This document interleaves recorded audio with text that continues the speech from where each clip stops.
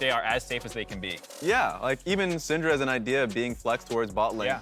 Because like Syndra versus Aphelios and Thresh in general, a lot of the times, it's just a really aggro lane.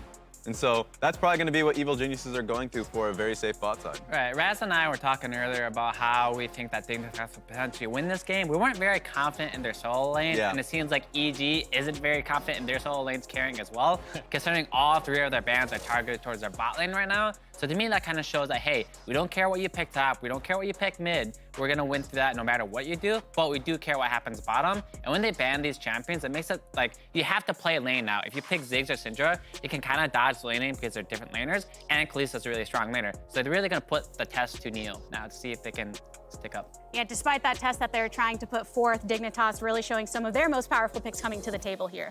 Yeah, and so I'm a little bit surprised that we got a blind Diana simply because another win con that Dignitas had was surprisingly Akaadian. Akaadian had a really strong second half of that summer split there for Dignitas. So I want the best matchup humanly there for him. I know that they want to just pick Diana because she is a strong team fighter, but now Contracts can kind of counter-pick that matchup with an AD jungler that can win out in the 2v2 with mid. So I think Jiizuke and Contracts are set up to succeed here. Yeah, I think also when we talk about the bot lane being a focus, Varus Thresh is pretty safe lane for EG, and it did force also Dignitas to pick up the Aphelios, because you don't want to give Thresh Aphelios, but then that's also not a super aggressive lane. As strong of a laner as Aphelios can be, Aphelios Braum is not like all-inning you 24/7 and killing you over and over. You know, ask the AD carries out there in the LCS, and a lot of the times, like, if you're asking them whether they want to play Aphelios without that protection of a Thresh, and a lot of the comps that you're building here, especially Dignitas throughout the split, hasn't been protection-based comps. They have been dive comps. Yep. So yeah, that is a big risk in almost every respect. So it's going to be a lot of pressure there on Neo, because we haven't even seen the full comp from EG just yet. At the very least, like, Braum is a pretty safe defender towards Aphelios. Like, yes, he doesn't have a lantern, but he provides a lot more protection outside that. He literally blocks skill shots. He gives a lot of CC and stun that's actually, like, you can't miss his attack on someone, right? Like, you attack him, you mark him to get stunned. You can't miss that. You can miss a Thresh hook, you can miss your Flay, you technically can miss your ultimate, I guess.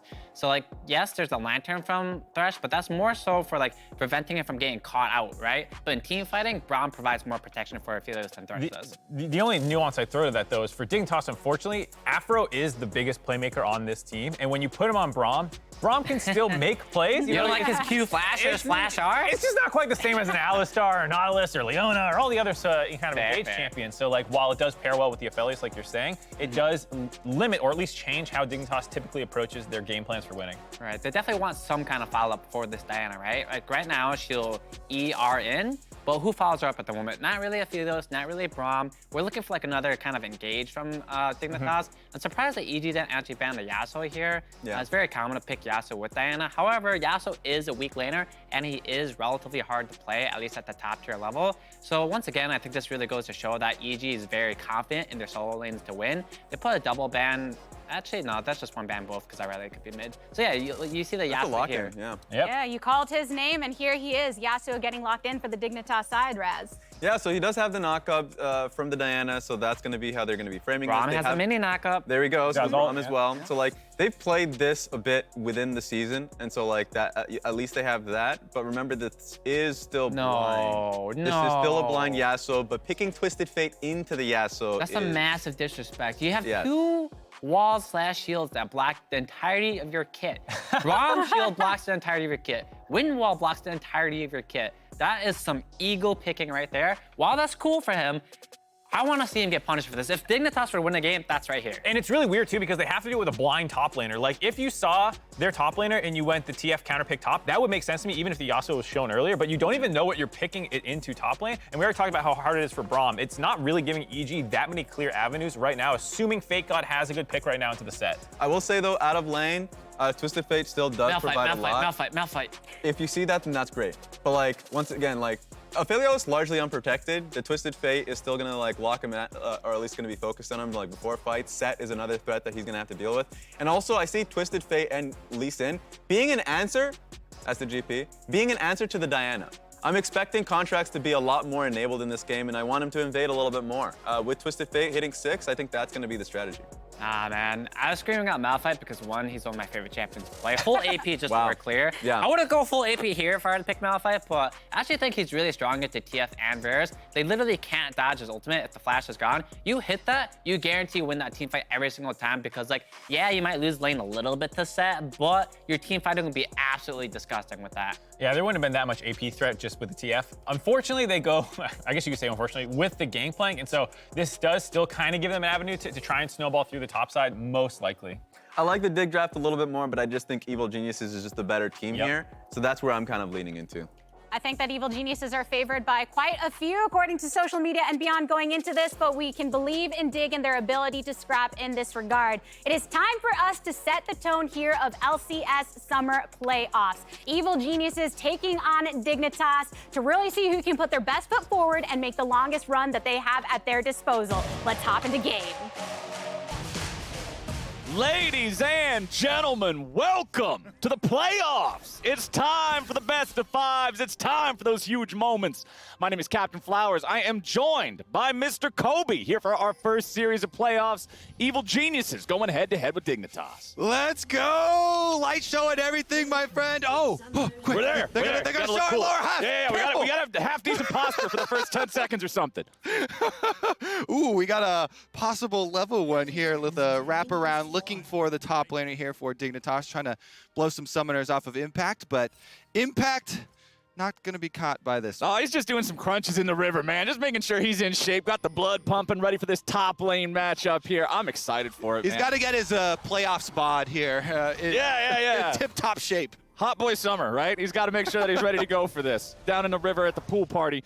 Doesn't look like anybody's going to be doing a whole lot here at level 1. Now, though, that attempt up there in the top side will be about the only bit of flavor that we're seeing. And now everybody's going to their normal starting spots. Looks like we're going to have both these junglers here starting on the bottom side of the map. And we are going to look a lot at Evil Geniuses for some of the early moves here. Biggest thing to me is when they've been subbing in and out with Contracts and Svenskeren, they generally use Contracts when they want to do a lot of early game playmaking and proactive moves here. And that is just further emphasized by the team comp that they've chosen to go for here. Dig have this big Wombo combo, EG, with Twisted Fate in the middle here for Jiizuke, and Contracts in the lineup. They want to play off a lot of these early skirmishes, play the map, spread out Dignitas, and see if they can get some early leads in multiple lanes. And as y'all just saw pop up on the bottom of your screen, we're back in the studio. The players are back in the studio, and that means Pro View is back on your own screens. Remember that we have a free Pro View matchup every game,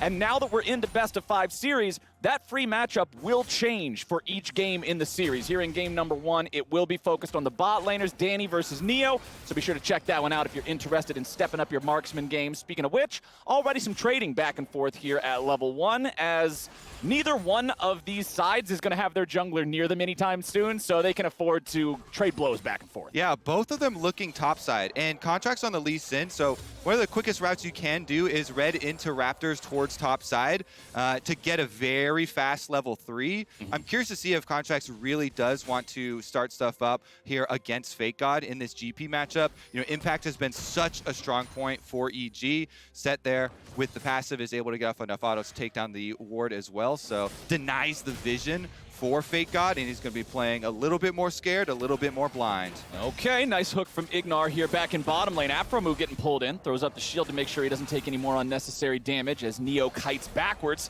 Danny takes a bit of damage on the very back end of things. We've got ourselves a pause, but it's before we really get to see things take much shape here in the early game. Junglers are just now getting done with those second buffs. Yeah. They're both on the top side of the map. It's just about Scuttlecrab. We just got to pottery class, and we're sitting with lumps of clay here on the spinning board. We haven't even got to move the thing yet. We just put one finger in. Dead Patrick Swayze isn't even in the building. There's probably only like 10% of the audience that gets that joke because that movie's from the 80s. But hey, for those of you that are in that 10%, I appreciate it. I just want to say that I laughed because I'm a supportive co-caster, and I still, even being of the age where I should know what that reference is, I don't. I don't. It's to the movie Ghost, where Patrick Swayze is a ghost, and at one point he does pottery. Yeah, I'm going to continue to smile and nod here and I just continue to explained what support it you. is. Come on, it's not that. God bless it, man. Now I'm the boomer. Oh, well. Anyways, back to my pottery analogy where we're still trying to form something here. Right. I do think Evil Geniuses have started to, mold it a little bit up towards that top side. Bottom side, their Varus Thresh lane pushing very early and easily for themselves is going to have that priority. Jiizuke, by the way, no matter whose pro view on EG's side you look at, you get to see his chat. So. Yes, you'll always get Jiizuke chat, free. which is considered one of the 8 wonders of the world at this point, I'm pretty sure. The man's pro view is incredibly entertaining. And honestly, I love seeing him on a champ like Twisted Fate here in this game. I always want to see him on playmakers. I want to see him on something that makes the first move. And that is kind of what I was building up to towards the early molding here from EG. Twisted Fate, Gold Card plus Lee Sin is just such a fun combo, so, speaking from a jungler's point of view. Yeah. Very, very easy to pull off. It removes a lot of the work, that Lee Sin will normally have to do. So, there are definitely some pressure points here that EG want to work off of. And considering they do have the confidence to start contracts in game number 1 versus Dignitas here, that's what I really want to see. Because for Dig, on their side, Akaadian has been a big star, and their bottom lane is the other area that people have been looking at for them to try and make moves. Right. Dignitas' solo lanes, I think most people would agree, are among the weakest in the LCS. They are not a point that the team reliably can play around, but we've seen pop off from Neo. We've seen some of that playmaking that is just so iconic for Aphromoo that the desk was talking about saying, putting him on Braum, it can make you a little bit concerned. And then having Akaadian step up in the jungle too, that's what I want to see. That bot lane focus that you're talking about, play around them, try to win through that. But up against a squad with a Twisted Fate, it's always so hard because he can always be that extra man changing the fight. Yeah, I think that's part of the reason that Dignitas decided to draft like this. They drafted a giant team comp here for Wombo combo. The Diana Yasuo makes it so Yusui doesn't have to really hit skill shots. You just wait for Diana. Just let Diana do it. Get the knockup for you, or in the case that they're engaging on your team, the Braum can get it for you, and you can do it there. But then, boom. Yasuo can come from half a screen away with the ultimate, and then your point-blank range should be able to capitalize. Plus, Yasuo's wind wall can do a lot to protect Aphelios from the Twisted Fate, from the enemy Varus, from Lee Sin Qs and similar things, right? You also have Gangplank able to call down that ultimate on top of Aphelios if he gets dived. So Dignitas with a lot of tools to be able to protect this late-game carry. I like what Contracts has done here. As we mentioned, one of the early route for Red into Raptors just going topside, he gets double scuttle by virtue of his bottom lane pushing by themselves that we talked about, having the Twisted Fate pressure in mid lane versus melee matchup here with Yasuo, Jiizuke doing a good job shoving that up. And so as a jungler, when you're given these tools of having multiple pushing lanes for yourself, you need to be able to navigate your route to secure the double scuttle crab like this. Yeah. Akaadian, for his credit though, he knows. Right. We're losing the push on all the lanes on both sides, so he doesn't even try and poke his head out towards one of the scuttle crabs. He just full clears and then goes bot. Okay, they're ready to go in even further after Ignar here. Aphromoo about to take a lot of damage with 2 teleports coming in. Dignitas might be in a real bad spot here, but instead the focus going back over to Sett. The man got the haymaker. First blood's already over there to Evil Geniuses. Make it a 2-for-1 special. The party's here in bot lane, and Evil Geniuses are the guest of honor. Yeah, all 10 players are coming to the party, but Impact's the one knocking down the door, Flowers. When That's how you know it's a party. You know when Impact gets there, is the party has started, because he comes in on Sett, huge haymaker, flashes used by the majority of the joiners here to the team fight. It's the flash from Jiizuke, gets the gold card, Impact, huge haymaker, double kill on the side of Evil Geniuses. And they have the perfect timing. You can tell the communication was on point. They bait them all the way down the lane, then completely sync up both teleports. Impact's able to get off his haymaker, then flash over after the extra damage, and shield has come through. So it's a very clean, quick pickup of 2 kills there on the side of Evil Geniuses. The team that has the majority of the analyst votes, the majority of the popular vote coming into this. Definitely favored on the upper side of the bracket. Plus, that was just the perfect position for Sett to be in a fight like that. You have enemies on both sides for the E on that setup. Okay, and then when they focus you, you got the haymaker. Now, Contracts in enemy territory. This will turn into a full-on 3v3 if it keeps going. Impact chasing after FakeGod. Akaadian's got half HP. Evil Geniuses know they're stronger in this 3v3, and Dignitas back away. And this is where EG are playing to their strengths once again. They're trying to force all these picks, all these fights, all these skirmishes before Dignitas can rely on their grouping, on their synergies of their champions for these big AoE combos. Really love to see this here while EG are hyper-focused on their win conditions, continuing to force with contracts invading, supported by these solo laners, trying to force these fights. Okay, Evil Geniuses do have a little bit over a 1,000 gold lead right about now, just 6.5 minutes into the game. So that first big play down here in bottom lane has built them a nice, tidy lead, but what else can they do with it? We don't see any neutral objective focus here just yet. That first Cloud Drake isn't exactly demanding anyone's attention, but both junglers are once again on the bottom side of the map. And I like this Boots of Swiftness rush, actually, from the side of Danny here, because the extra move speed, not only is it very good versus the team comp, that you're looking at a Gangplank slow as the only thing that really threatens this Varus of letting a Diana get in range of getting the engage. Right. You know, Braum is very difficult to get primary engages off as. It's mostly for defensive purposes, but we've got a kill happening. Yeah, Akaadian looking to invade, and invade they will. Contracts drops down as Yusui rotates over to make sure Dignitas gets it done. Flash snipe from Danny, baby. That's how you start off playoffs. Boots of Swiftness, baby. The second part, Flowers, as the fight was breaking out, that I wanted to highlight is that the movement speed reduction that, never mind. We got another fight. I'm sorry, Kobe. They don't want you to be making these points. Ignar's about to die. He has to flash away. Danny's going to try to stand and kite it out now. Aphromoo gets dragged in by the death sentence, and Contract is ready to join up and keep this one going. Neo and Aphromoo want to get away. Remember, no flashes available on either one of the Dignitas bottom lane duo. Neo's going to be your first target with an arrow finding its way into Aphromoo's back. Ignar steps forward. Sonic Wave, resonating strike, but it's not enough. Aphromoo lives, but it's still Evil Genius's game. This is why Danny made it onto the second team All-Pro LCS. Akaadian wants another kill on Contracts, though. Oh, and he flashes to guarantee that he gets it. But now, does he have a way out? Gangplank ulti summoned on top of him to make sure that he's able to get back even further. Exhaust down onto Danny. Aphromoo getting away. Danny looking to make it a second snipe this game. It's not strong enough, though, and Aphro will just barely get out. I'll just say it quickly. The Boots of Swiftness, the reduction on slows applies to self-applied slows as well. So if you buy them on Vi, your Q charge up, you can walk around a bit quicker with it as well.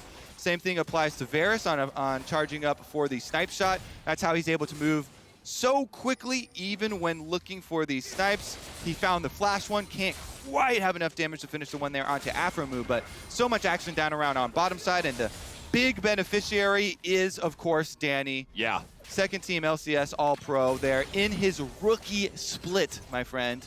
And he's building towards the lethality, and he's got the stopwatch in inventory. This is so big because as that threat, as that 100% kill participation here so far, they're going to want to focus him, and that can just completely turn the tide. Especially if you've been flashing forward here to look for kills and you don't have any defensive summoners left. He's going to be relying on the stopwatch and the Thresh Lantern. It's even more utility when you have things on your team like a Thresh Dark Passage to be able to play off of, because you can just buy time if Ignar's not quite there in the moment. Gives him some time to get into position and try and get you out of a bad situation.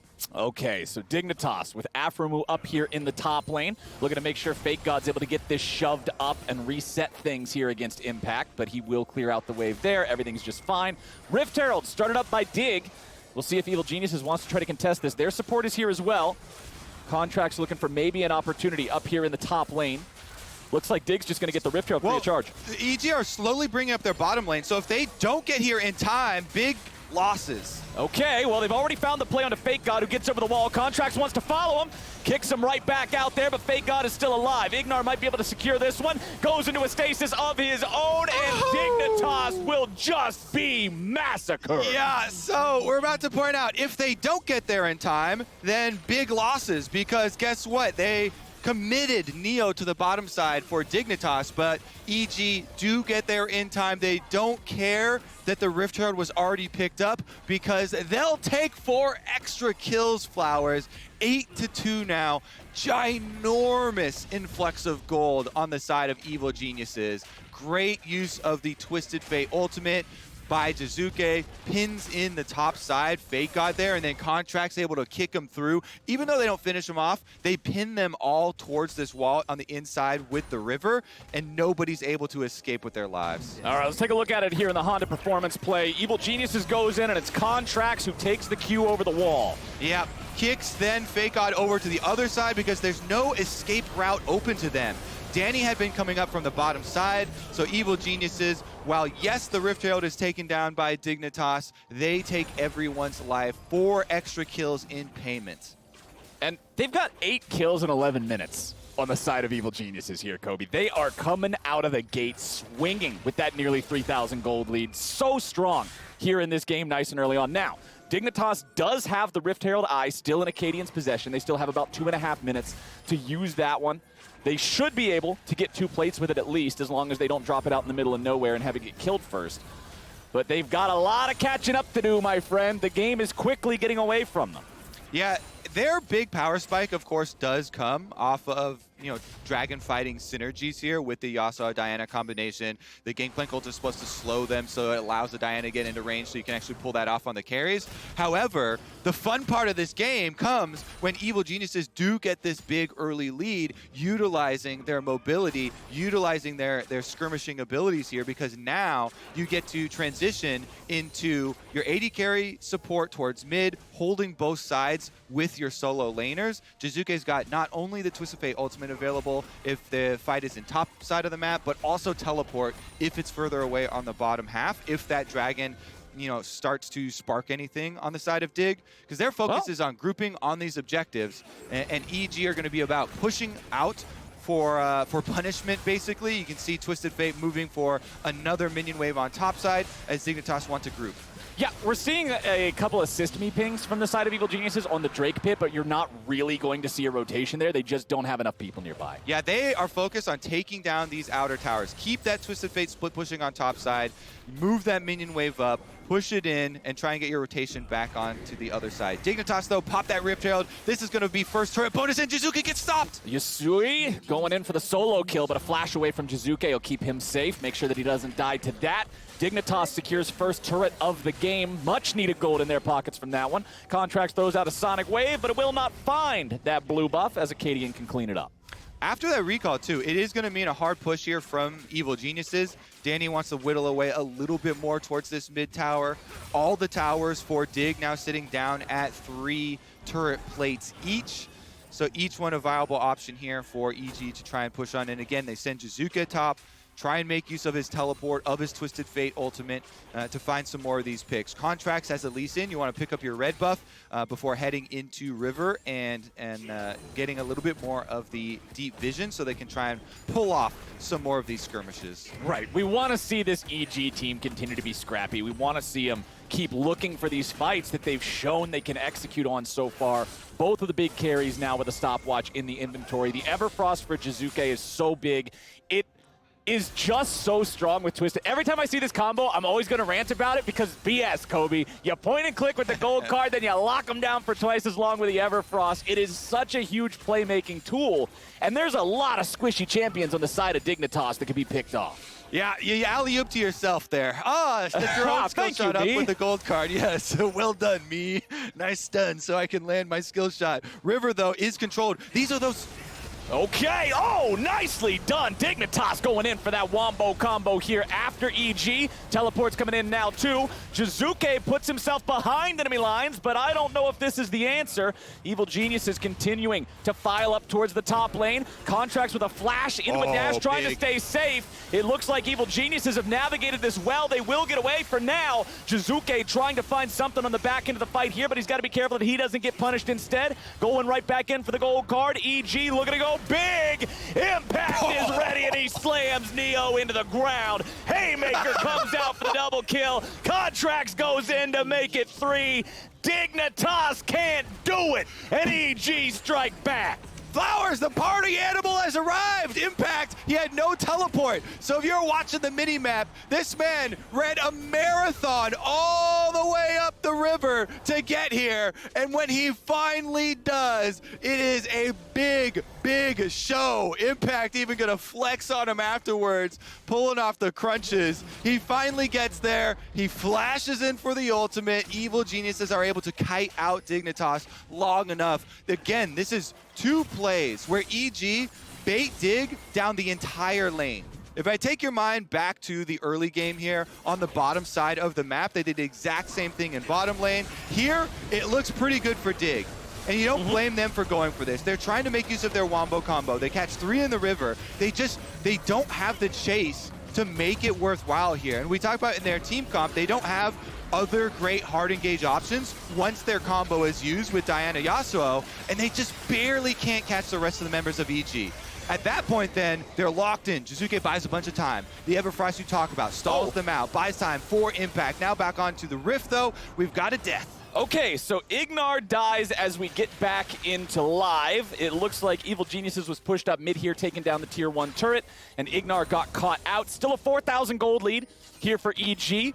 Dignitas' current only current advantage, excuse me, in the game is having that 1 Drake lead, but hey, the second one's about to spawn here in under 60 seconds, and Dignitas know how far behind they are. That was it was such a critical breaking point there, because if Dignitas are able to complete that pick on the 3 members in River, they gain complete map control and the rewards would be huge. Then they take down your outer towers, then you get your influx of gold, then all of a sudden, you're the team fight composition that has the capabilities of forcing consecutive fights on dragons. You just deathball them. Exactly, and they could try and continue to stack off dragons. But because EG make the critical escape there, you saw Contracts with his safeguard away, then he barely dodges out on the Q from Braum. That was critical, not letting the slow land on him, not letting that passive stack up, and they just barely are able to escape the clutches of Dignitas. And you only have to do that a couple times in the game, because now they've blown the map wide open. It's a 4.8k gold lead for them at the top. You can see the side lanes are now open for split pushing. They don't have to worry about early priority from Dignitas setting up on the dragon and surprising them with, brush advantage and wombo combo pressure. Now it's going to be a lot easier for EG to evade the extra engagements that Dig are going to. There's a lot less firepower behind it. So we already can see Evil Geniuses onto the second Drake of the game here, and as it looks like Dignitas are saying, all right, 4,000 gold, it's way too much to fight for Drake number 2, we're not doing this. What do you want to see from Dig now to get back into the game? What needs to be the next step? Yeah, I mean, it's so difficult now because you still have to play off of your strengths. So you're still the team that wants to get there first to an objective and then pull off a team fight combo. Best case scenario, they try and engage on you and you get a Braum combo, but you're going to be split pushed over and over and over. EG will just continue to force you to spread out and then try and pick you off. Okay, speaking of picking you off, Jiizuke with the Summoner Spellbook Ghost to be able to catch up to Yusui, outplay when he uses the Wind Wall, but he doesn't have enough sticking power. He used the Everfrost there at the very start of that and didn't get a root with it, so he didn't have that ready to follow up, so Yusui is able to get out, but both mid laners spin their flash in that little exchange. And so the goal for Dig here is try and create some areas of Fog of War for them to work off of so that they can have some sort of grouping of possible, barrel chains, Braum defensive counters here for the EG aggression. Is EG are going to try and push all 3 lanes, spread you out, continue to increase their gold lead, and Dig will have to pinpoint an area to strike with multiple members. And rapid fire cannon completed for Jiizuke now. One of the, I talked about it a little bit last week, how interesting I think this itemization choice is, just because there's so little of this type of itemization, strictly playing for, hey, this passive enables me even though all the stats I don't care about. Utility, right? baby. Yeah, it's Dota itemization in League of Legends. We don't care about the stats, we just want what it does for my character, and that's really cool. I love to see players, especially when you're playing this role for your team of setting up these picks and being the madman who gets it rolling like Jiizuke does. I really like this here. All right, well, let's see if he can catch anyone with that rapid fire cannon, because that's what they'll be looking to do. He does not have his flash. He just cycled his spellbook as well, so it does have to come down to using your Twisted Fate ultimate, having the confidence with your stopwatch so you can get your Messiah play off before they burst you down. Exactly. And be in range to stun somebody up. And that setup has to be good, because the The negative about this build is it doesn't have a lot of damage, right? Rapid Fire Cannon plus Everfrost isn't exactly melting through health bars, so that means Evil Geniuses need to continue being on the same page. They need to continue finding this teamwork that has brought them to the lead that they have so far. And they've got the tools to do it, because with both your teleports up in this composition, very easy to push all 3 lanes. And you can see just as Dignitas are grouping and looking for their force, they will have to try and pull it off on somebody who doesn't have flash. And currently, that is only Jiizuke. So you want to go to the source of the global as Dignitas. That way that the... Going to get stunned up under turret here. The cleanse is down for Neo. That's going to be pretty big for the team fight. And the shield at the very end from Aphromoo just to make sure that enchanted piercing arrow doesn't actually end up killing off Neo there, who was down to below half HP. FakeGod continues trying to defend here, but Contracts has summoned up the Rift Herald, and Evil Geniuses are looking to take down this tier 2 here in the bottom lane. Looks like Dig don't have a damn thing to say about it. So there comes your Herald charge. Impact, you can see walking forward, escorting this further up, seeing if they can get a second charge off here onto the inhibitor turret itself. And there it goes. That is a very valuable second Herald.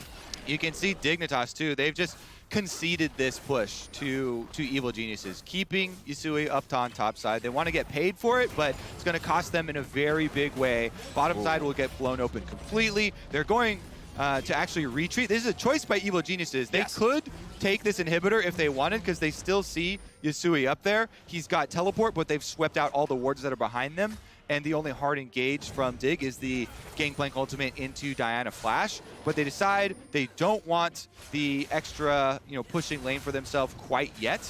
They want to reset over to Baron, get their vision up first, before they want to supplant their extra advantage. And for everybody at home that hasn't been in tune with this conversation that's been coming up on social media and on broadcast and everywhere more recently, the reason you don't take the inhibitor is because when you're spawning the super minions, you essentially lose that whole wave to farm, right? Your super minions are killing off everything that the enemy spawns, and unless you're taking advantage of the tempo that you're building for yourself and the map state that you create, you're just giving your opponents a lot of extra golden experience. I would say I'm generally on the side of take the inhibitor and make use of the advantage.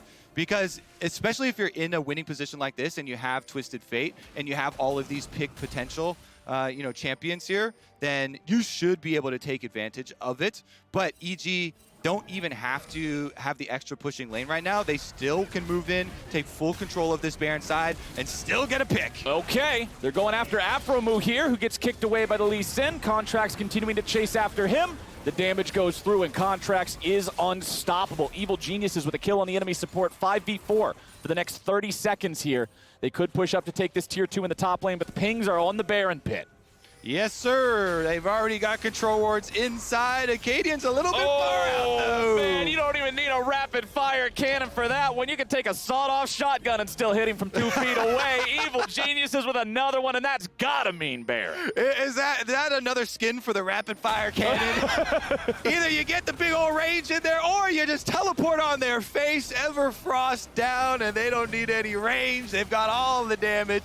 EG will get the Baron. They will be able to reset, get inside the base. They've already exposed bottom inhibitor, so they'll be able to take down most of the Dignitas defensive after this, at least for the side of Dignitas. Neo got the Scuttle Crab. I wonder if they are going to try and just bum rush this dragon down. 6k health and counting. Since he does have chakrams, he should be able to burn. Yeah, the dragon's dropping very quickly here. But can they get out afterwards? That's the question, right? Evil Geniuses isn't here to take the Drake. They're here to take Dignitas. Danny continuing to step forward. A lot of damage down onto Neo, who doesn't have a flash to get over the wall. The man is dead. Impacts on a rampage, and Contracts continues chasing further. Aphromoo separated from the rest of the team, but he will not be seen. He gets away. Dignitas down 8,000 gold. Evil Geniuses wearing purple for the next 2.5 minutes. It looks all but over. Yeah, my friend. They're wasting no time either, Flowers. Evil Geniuses want to speed run this thing. They've got the Baron, so they're going to continue to push. They cancel the extra recall there, so just using the teleport for Jiizuke up to top side of the map to get all 3 lanes pushing. Impact is going to usher up bottom side. Very easy for them to siege, and then there's no tower here left open for bottom, so they can finish up with the inhibitor plus mid lane. Yep, it feels like they're just going to be able to knock down a couple different inhibitors at the same time here, just create that overwhelming pressure in the enemy base, and make it so Dignitas has no ability to control any part of the map. Look at the vision lines right now. There are no wards of any kind in Evil Genius's jungle because there doesn't need to be. That's not where League of Legends is currently being played. EG has all the vision on Dignitas' side of the map, and they are stuck behind the inhibitor line with nowhere else to go. Yeah. It's a terrifying map state for Dig. And they do have teleports from Dig, but it doesn't really do a lot for them. You're then in the situation where you're thinking, okay, we have a Gangplank flank or a Yasuo flank. Yeah. They just get turned on and focused down. So, you know, Yasuo is looking for the Diana ult to go in on anyway, regardless of what side he flanks from, so it doesn't really accomplish much. No matter what angle Dignitas go at Evil Geniuses from, they just lose. Well, we've got that inhibitor in the bottom lane down now. Impact made sure to put the killing blow onto that one. About 1 minute left here on the Baron buff. Evil Geniuses have also taken down inhibitor turret number 2 here in the mid lane. That second inhibitor at about 2/3 HP, and we will see a teleport from Impact. He goes back, he heals, he shops, completes his Titanic Hydra, and now he's back on the front lines to guarantee this second inhibitor take. And this is what I was talking about earlier, leaving that bottom side inhibitor up. Now these two inhibitors are down at the exact same time, exactly 30 seconds separating them. That creates this constant double threat for Dig to deal with, and now they've got to make some kind of a defense, because if they lose this last one, man, that's double super minions every single wave, every single lane. Well, guess what? That tower's not going to last very long. Nope. There's still 17 seconds left on this Baron, and EG are going to make it count. Once the tower is down, the inhibitor is very easy to pick up. Jiizuke is able to get in there with the card on the tower, burst this thing, and Impact's gonna be able to double farm both these waves on the other side of the map. Man. So it's closing in all around them, Flowers. All the walls are closing in on Dignitas, and the time is running out as well. The walls come crumbling down as Contracts goes in for the kick. Doesn't get a whole lot, but hey, they got the inhib. It's fine. Triple inhib game. Dignitas are stuck in what's left of the base, but probably not for very much longer as the chain CC and the damage just pours into Yusui. He's already down. 5v4 on the map with the super minions coming in and the Nexus turrets in their sights. EG will make very quick work of the last moments here in game number 1. Dig trying to stand and fight a little bit, but they can't even defend their Nexus turrets. Impact will take a couple of auto attacks here as Akaadian goes in, finds the ulti only onto Contracts, and with that out of the way, it's surely completely over now. Neo's exhausted, trying to find a little bit of damage, but Impact again just has no fear. He's all the way on the steps of the enemy fountain. He will finally die for the first time this game. But I will always trade my top laner for the enemy Nexus, and Evil Geniuses slams game 1. And this game 1... On the red, do you have 6 if you get red? Okay, if you get 6 if you get red. You know it's a fun time when you get to joke immediately afterward about how many kills each player is getting. Spirits are high. How your fountain dives are going. Because if you've been watching the end of the summer split, this game is very indicative of how this summer split has gone. Evil Geniuses, one of the most, if not the most terrifying team in the league, on a tear at the end of the summer split, and just for the majority of it.